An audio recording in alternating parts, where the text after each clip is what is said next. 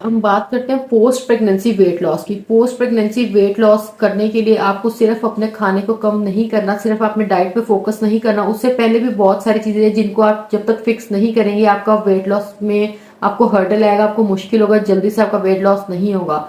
अब उसमें क्या चीज आ जाती है, एक तो आपका स्लीप पैटर्न जो कि बेबी के साथ रात को जाग जाग के बहुत ज्यादा डिस्टर्ब हुआ होता है। एक तो आपको अपने स्लीप पैटर्न ठीक करना होगा, उसके लिए जरूरी है कि आपकी 8 to 9 आवर्स की स्लीप कंप्लीट होनी चाहिए, यानी कि आप 8 से 9 घंटे की नींद लेते हो, वो बहुत जरूरी है। उसमें ये होगा कि आपकी बॉडी ज्यादा अच्छा बिहेव करेगी, आपका मेटाबॉलिज्म ठीक होगा, आपका बॉडी के हॉर्मोन्स जो आपके डिस्टर्ब होते हैं वो सेट होंगे, तभी आपका वेट लॉस भी आसानी होगी। दूसरी चीज है स्ट्रेस।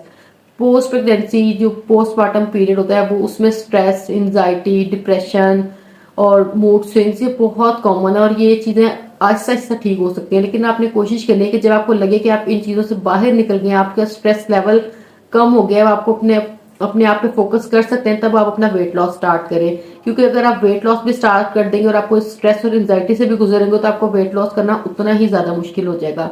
अच्छा, जब आपने ये दो चीजें फिक्स कर लेनी है, फिर उसके बाद आती है डाइट। आपने डाइट में खाना पीना छोड़ना बिल्कुल नहीं है। स्टार्ट आपने करना है कैलोरिक डेफिसिट से, थोड़ा थोड़ा करके अपनी कैलोरिक डेफिसिट क्रिएट करें। लेट सपोज अगर आप पहले 2000 कैलोरीज ले रहे थे तो आप उसमें 500 का गैप क्रिएट कर सकते हैं, डेफिसिट क्रिएट कर सकते हैं। लाइक आप 1500 कैलोरीज का लेना शुरू कर दें।